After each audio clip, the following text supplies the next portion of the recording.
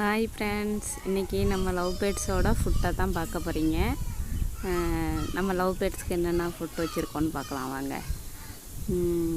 பசலிக்கீரை, வெள்ளரி பழம் வச்சுருக்கேன் ஃப்ரெண்ட்ஸ்.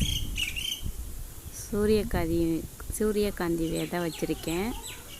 அப்புறம் தெனை நல்லா விரும்பி சாப்பிடுவாங்க. சூரியகாந்தி விதை, வெள்ளரி பழம், அதே மாதிரி கீரைகள் என்ன கீரையாக இருந்தாலும் சாப்பிடுவாங்க. தினம் ஒரு நாளைக்கு ஒரு கீரை கொடுத்தோம்னா முட்டை நிறையா விட்டு குஞ்சு பிடிப்பாங்க ஃப்ரெண்ட்ஸ்.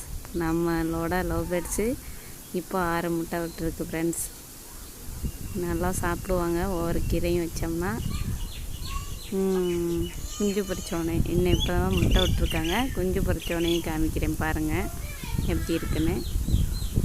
நீங்கள் என்னெல்லாம் சாப்பாடு வச்சிட்ருக்கீங்க லவ் பேர்ட்ஸ்க்குன்னு சொல்லுங்கள்.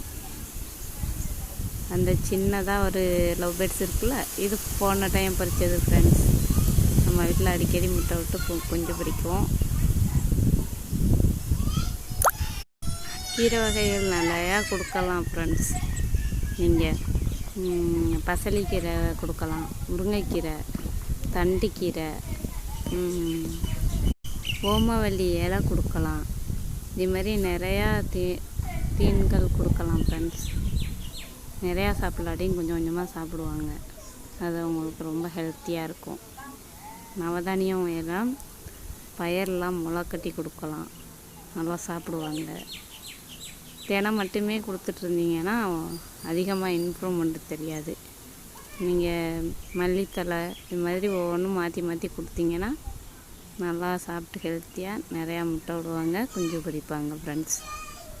இது மாதிரி வெள்ளரி பழம்லாம் அடிக்கடி கொடுத்து பாருங்கள்.